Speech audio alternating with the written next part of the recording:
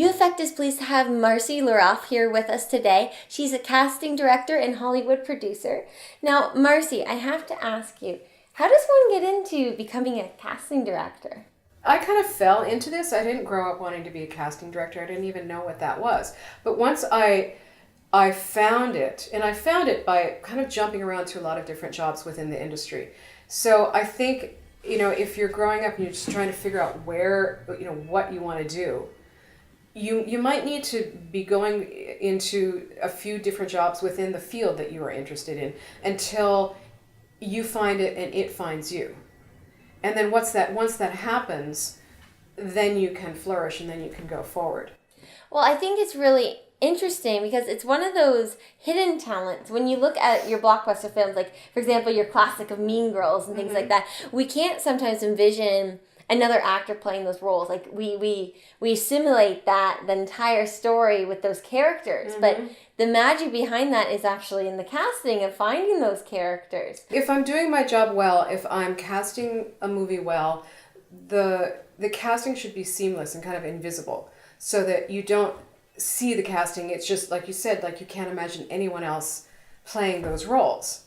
The casting should kind of disappear into it, and the actors should disappear into those roles so that nobody sticks out too much, so that it seems believable and credible. I know you're coaching a lot as well. You coach actors to stand out from the crowd and really kind of make their statement.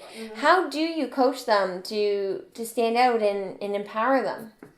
Well, there are many ways to do that, but a lot of it has to do with helping them get out of their own way.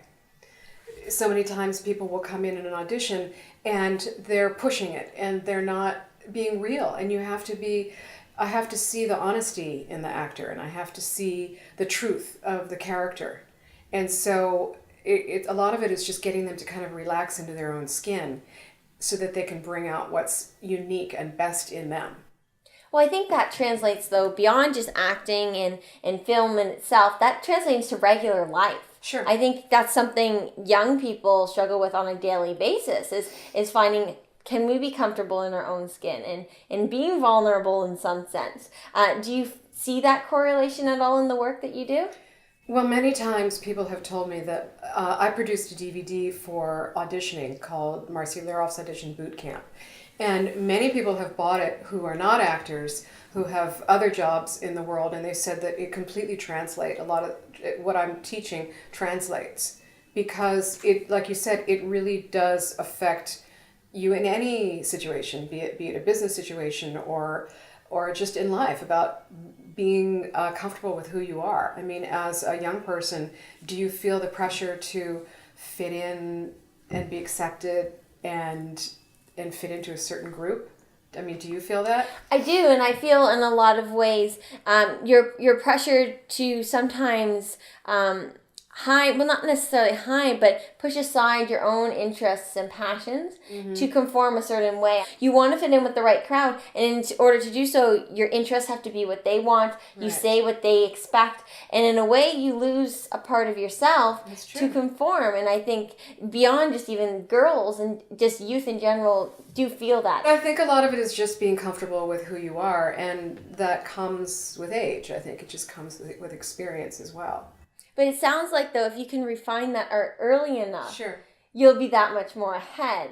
And it's true, but I think you're an exception to the rule in that I don't think people learn that lesson until much later in life, if ever, sometimes. But to have that at your age is very unique. So there's definitely something to refine and work on if you want to stand out and you want to pursue your goals. The first place to start with is figuring out who you are. Exactly. And embracing that.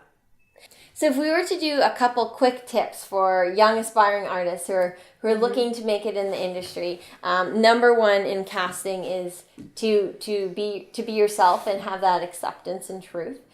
What would be some other quick tips? To be prepared. Be really prepared.